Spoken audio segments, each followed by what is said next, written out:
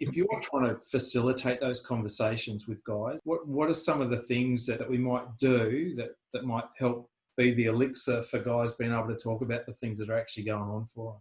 Yeah, so I guess even questions like that are very context dependent, aren't they? So it depends if you're talking about a close friend, a work colleague, or in a professional capacity. It varies a lot in terms of what the advice and tips might be. I think one of the key things that we don't hear often enough is about being open yourself. So if you're open yourself, then you're far more likely to facilitate someone else opening up. And I think linked to that is most men like to help. You know, they're quite virtuous in that. So a starting point could be actually asking for help yourself with an issue. It doesn't have to be anything complicated, but you just, you're sort of handing the power back to them, so you're giving something before you're wanting anything from them. So being open, maybe sharing something yourself. Depending on the context, do something together. This old adage that men prefer to talk shoulder by shoulder, it may be becoming a bit trite to say it, but I still think it's got a lot of value. You try and just sit someone down and talk to them. I don't think many guys